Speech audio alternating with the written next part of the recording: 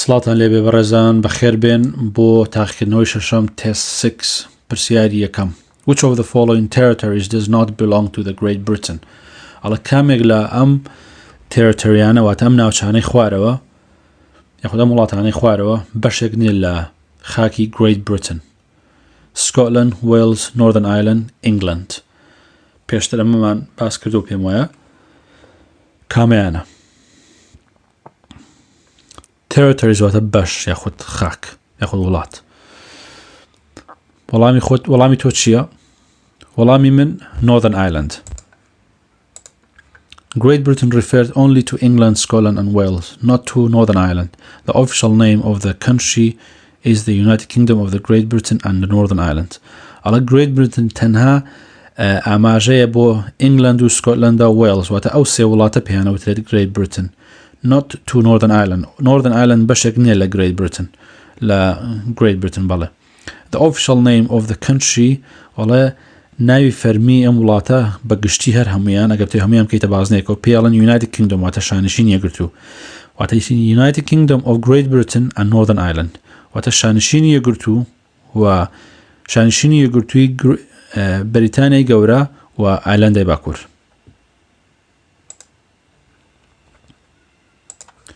پرسیاری دووەم Who was the first Briton to win the Tour de France؟ چێ بوو یەکەم بەریتانی کە بتوانی تۆر دی فرانس بباتەوە؟ تۆر دی فرانس دەستەواژەیەکی فەڕەنسیە واتە پێشبڕکەی پاسکیل لە فەڕەنسا. تۆر دی فرانس چێ بوو یەکەم پێشبڕکەی پاسکیل چێ بوو یەکەم کەسی بەریتانی کە توانی پێشبڕکەی پاسکیل بباتەوە لە فەڕەنسا؟ تۆر دی فرانس بەنامبانگترین پێشبڕکەی پاسکیل لە هەموو دنیاە. چێ بوو لەم کەسانە؟ سێر کریس هۆی، Bradley Wiggins, Andy Murray, Sir Steve Redgrave. وەڵامی تۆ چییە؟ وەڵامی من Bradley Wiggins. Bradley Wiggins became the first Briton to win the Tour de France. پرسیاری سێم Which of the following statement is true؟ ئەڵە کامێ لەم دەستەواژانەی خوارەوە ڕاستە. The English language has no dialects. ئەڵە زمانی ئینگلیزی هیچ دایالۆگێکی نییە.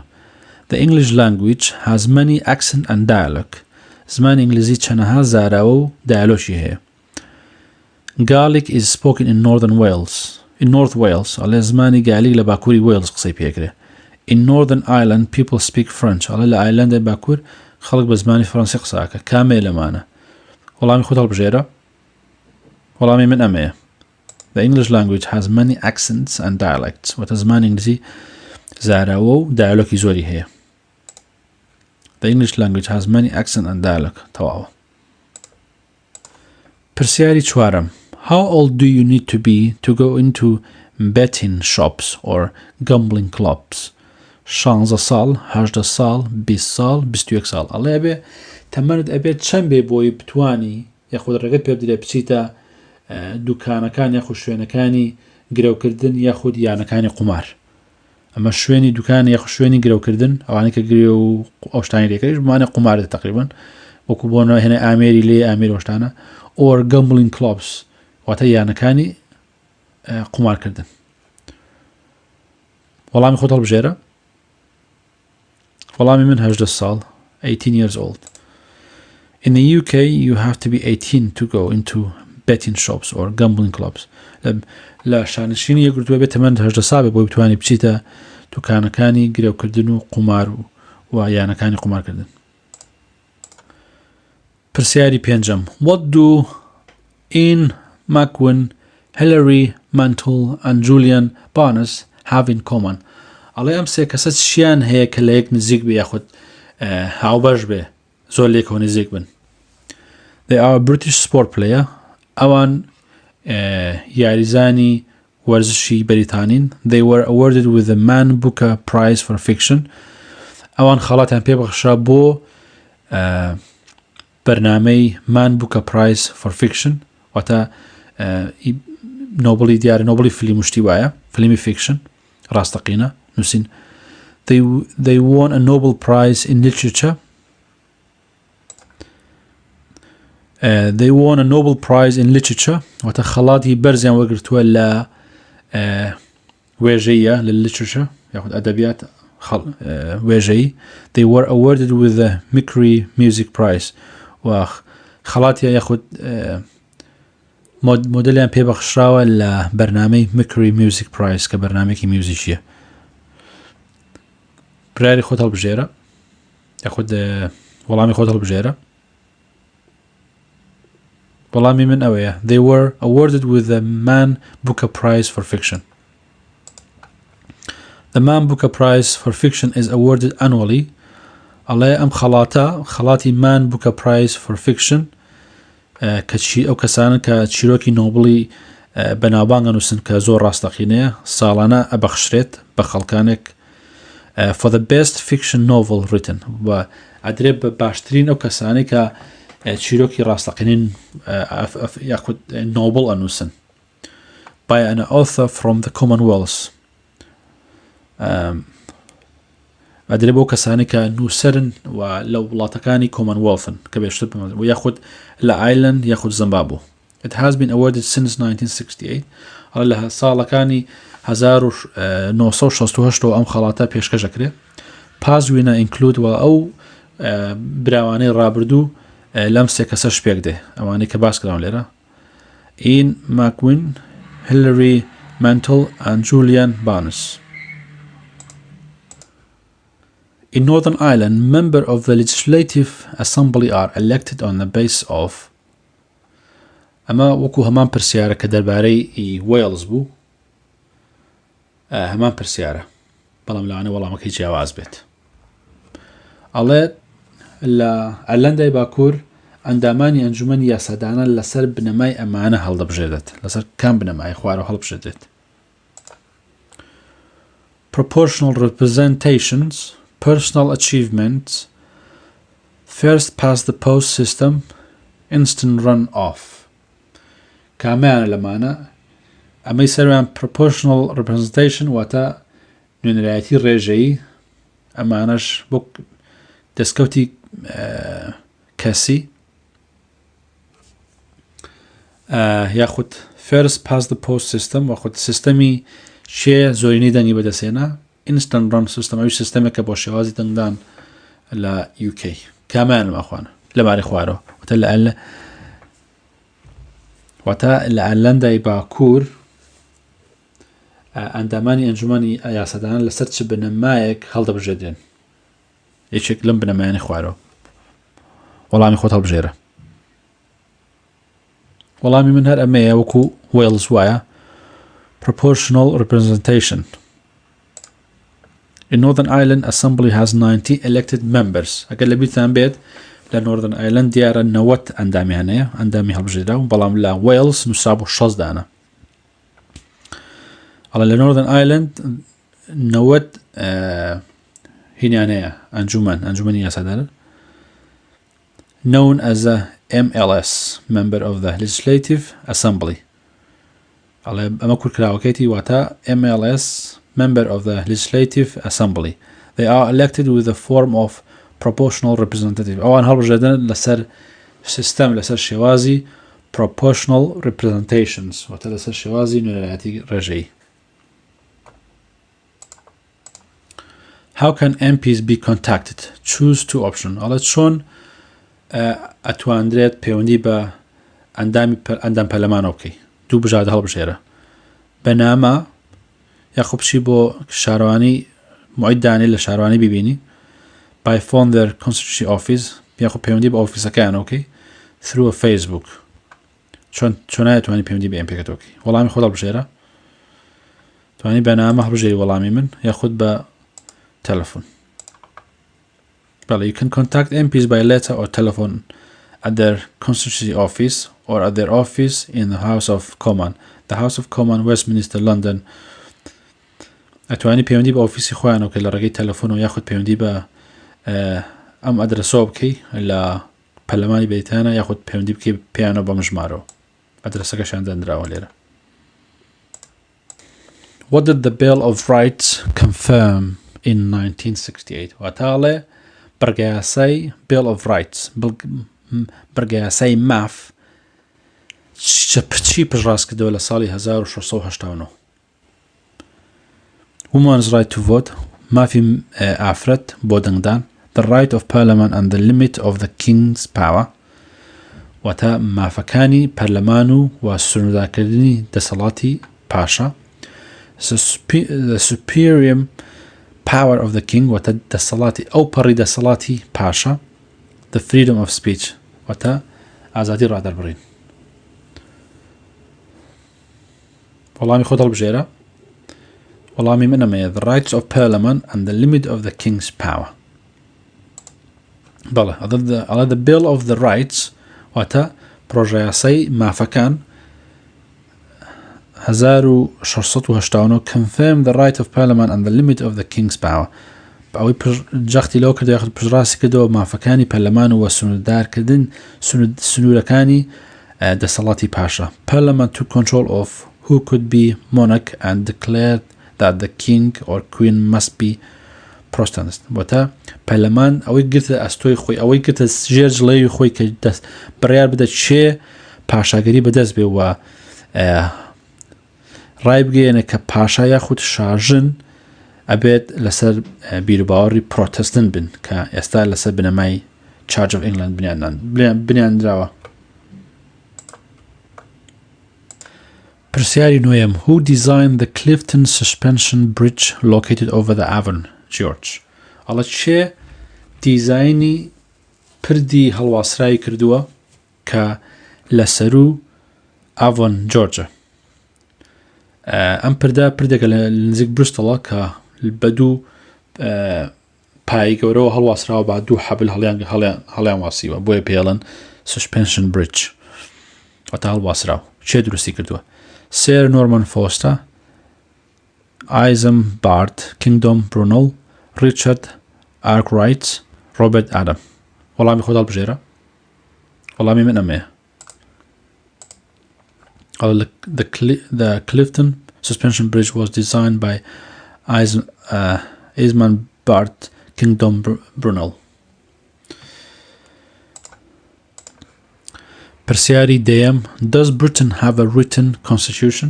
ئایا بەریتانیا دەستورێکی نووسراوی هەیە؟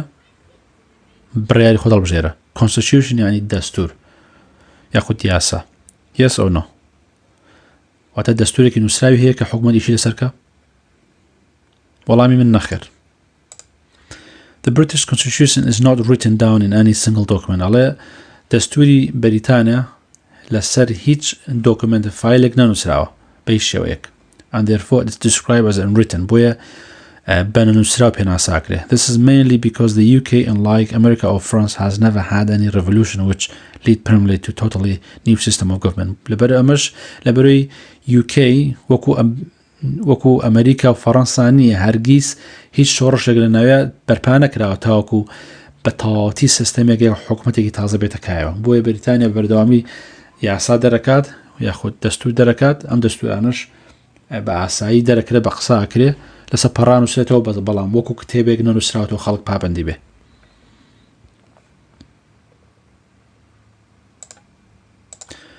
پرسیاری یانزەیەم What was the estimated population of the British Emperor during the Victorian period? ئەڵێ چەند بوو ڕێژەی هاوڵاتیان یاخود دانیشتوانی ئیمپراتۆری بەریتانی لە سەردەمی ڤیکتۆریان چەند بوو ڕێژەی دانیشتوانی ئیمپراتۆری بەریتانی زیاتر لە 300 ملیۆن خەڵک بوو زیاتر لە 400 ملیۆن بوو زیاتر لە 450 ملیۆن بوو زیاتر لە 500 ملیۆن بوو مەبەستی ئەوەیە کە ڕێژەی دانیشتوانی ئیمپراتۆرەکەی مەبەستی وەیە وڵاتانی کە داگیریشی کردووە وەڵامی تۆ چییە؟ وەڵامی من ئەمەیە 400 ملیۆن During the Victorian period the British Emperor grew to cover all of India, Australia and a large part of Africa. ئەڵێ لە کات لە سەردەمی ڤیکتۆریان ئەو سەردەمی کە بەریتانیا کەسێک بەناوی ڤیکتۆریا ئەم وڵاتی بەڕێوەبردووە ئەڵێ ئیمپراتۆری بەریتانی هێندە گەورە بوو کە سەتاسەری هیندستانی لەژێ دەستا بوو ئوسترالیا لەژێ دەستا بوو و بەشێکی زۆری ئەفریقاشی لەژێ دەستا بوو کە بوو بە گەچێ کە بوو بە گەورەترین ئیمپراتۆری هەموو جیان کە جیهان بە خۆی بینی بێتی کە تقریبا دانیشتوانەکەی گەیشتە 400 ملیۆن خەڵک. پرسیاری دوانزەم which of the following countries was not part of the Allied powers during the First World War؟ ئەم پرسیارەمان لێکرا پێشتر کامیانە؟ فرانس، جاپان، ئەڵە کامێک لە ئەم وڵاتانەی خوارەوە بەشێک نەبووە لە دەسەڵاتی هاوپەیمانی لە جەنگی جیهانی یەکەمە. ئەگە بیر ما بێوتم ئەڵای ینی هاوپەیمانی ئەلاید پاوە دەسەڵاتی هاوپەیمانی فرانس، جاپان، سربیا، بولگاریا. وەڵامی خۆ هەڵبژێرە. وەڵامی من بولگاریایە.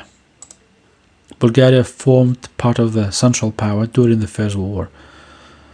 ئەڵە بولگاریا بەشێک بوو لە دەسەڵاتی خۆی لە جەنگی جیهانی یەکەم، واتە بەشێک نەبوو لە هاوپەیمانی.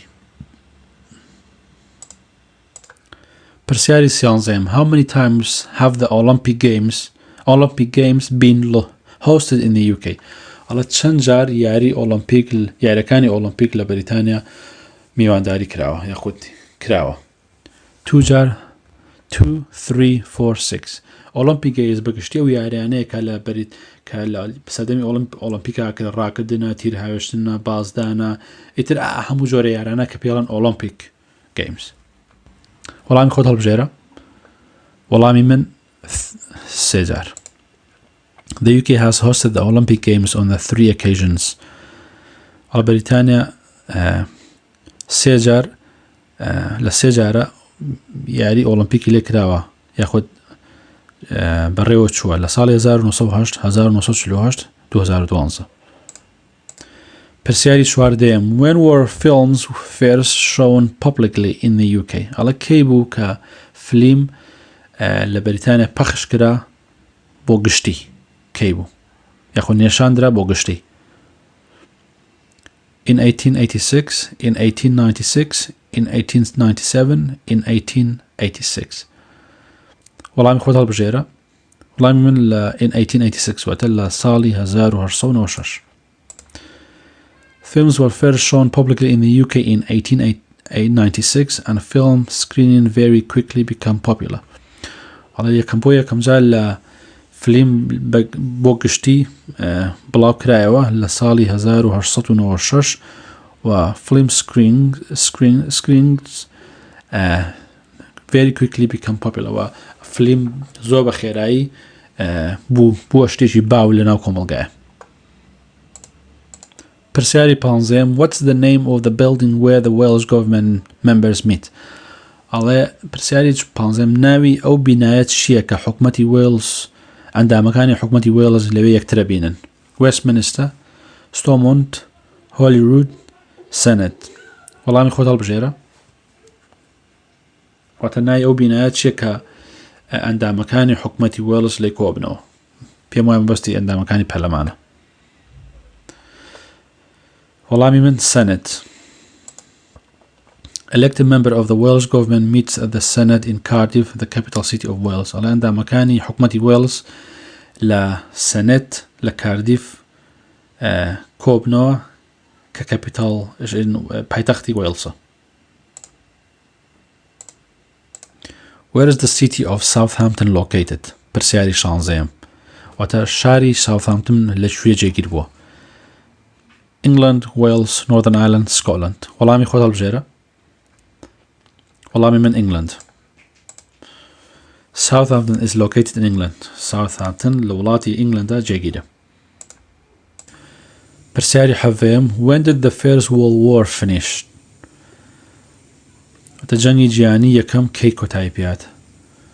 At 12 a.m. on the 11 November 1916 ئەڵێ لە سەعات 12 بەیانی 11/11/1916 at 11 a.m. on 11th of November 1918 11 بەیانی 11/11/1918 at 11 p.m.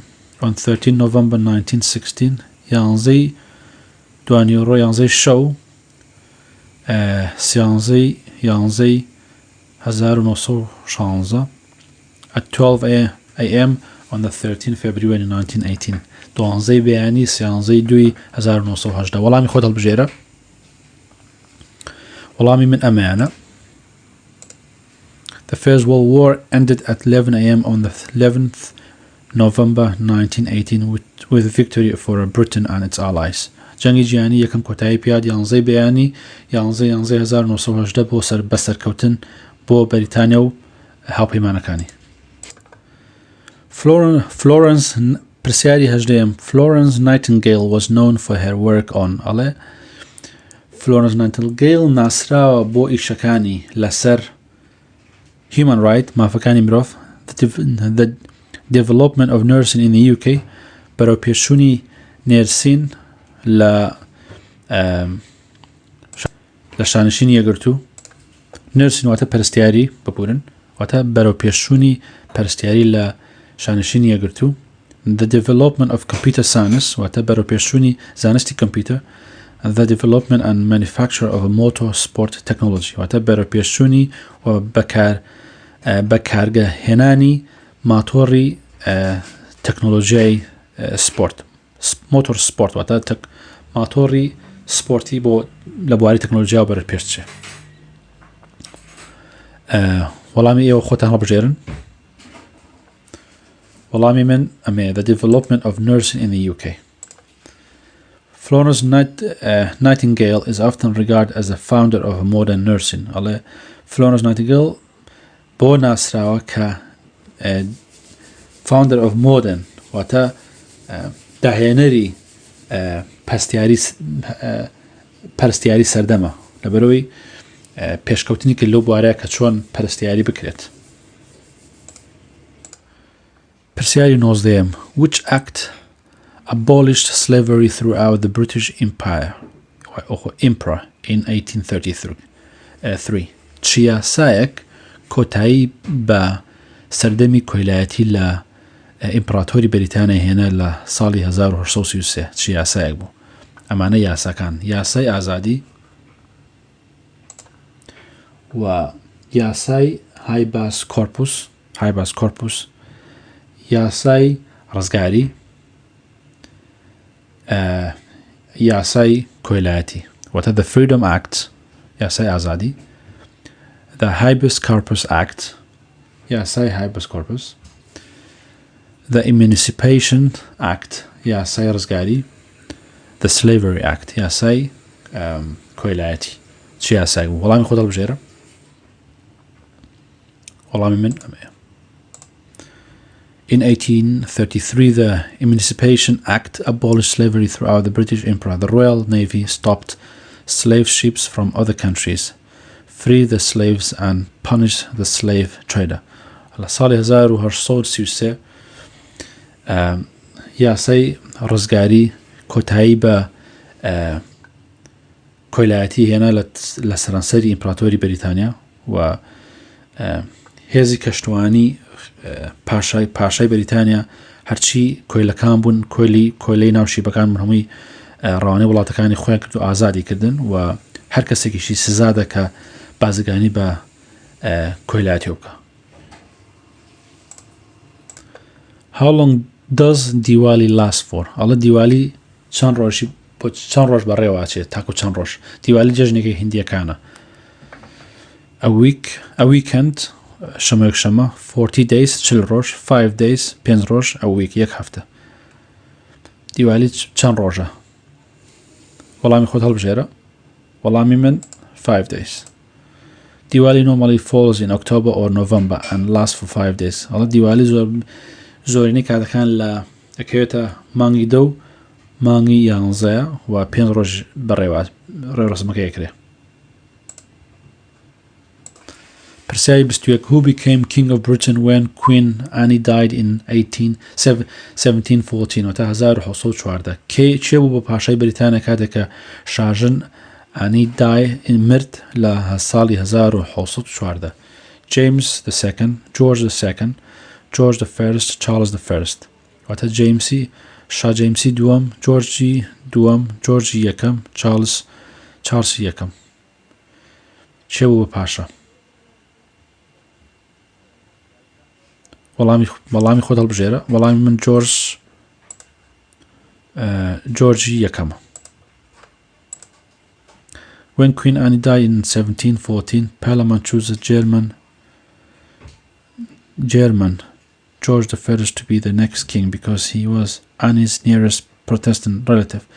على كاتك شاژن ئانە دای لە ساڵی 1914 پەرلەمان گەرمەنی هەڵبژات کە بەڕەچەڵەکیش جۆرج دە فێرست بەڕەچەڵە خەڵکی ئەڵمانیا بوو کە بێ بە پاشای دواتر لەبەرەوەی نزیکترین کەس بوو لە شاژن ئانە و هەروەها لەسەر بیر و باوەڕی پرۆتەستان بوو.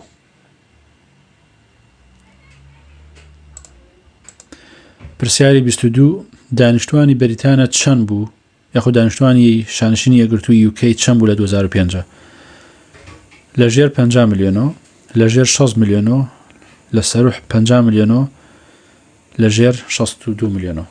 وەڵامی هەڵبژێرە وەڵامی من 6 میلیۆن کەمێ لەژێر 6 میلیۆنە بوو. The population of the UK in 2005 was just under 16 million people. يعني دانیشتوانی خەڵکی بەریتانیا UK لە 2005 6 میلیۆن بوو ئێستا شۆتە 8 میلیۆن. When did the Habeas Corpus Act became law? ئەڵە کەی یاسای Habeas Corpus بۆ جێبەجێکردنەوە بۆ یاسا ینی بۆ دەستور لە ساڵی 1679 1669 1689 1909 وەڵامێک هەڵبژێرە وەڵامی من 1679. The Habeas Corpus Act became a law in 1679. واتە یاسای Habeas Corpus چوە جێبەجێکردنەوە چوە دەستورەوە لە ساڵی 1679.